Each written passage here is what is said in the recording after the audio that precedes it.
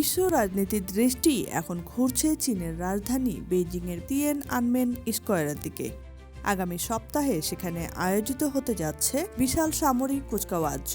দ্বিতীয় বিশ্বযুদ্ধ সমাপ্তি ও জাপানের বিরুদ্ধে বিজয়ের ৮০ বছর পূর্তি উপলক্ষে আয়োজিত এই কুচকাওয়াজে হাজির থাকবেন বিশ্বের ২৬ জন রাষ্ট্র ও সরকার প্রধান।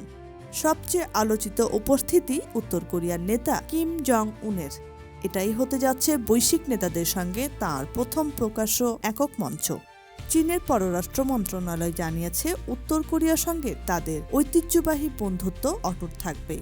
বেইজিং সফর করে পুতিন ও শি জিনপিংয়ের পাশে দাঁড়াতে যাচ্ছেন কিম, যা নিঃসন্দেহে এক বড় কূটনৈতিক বার্তা।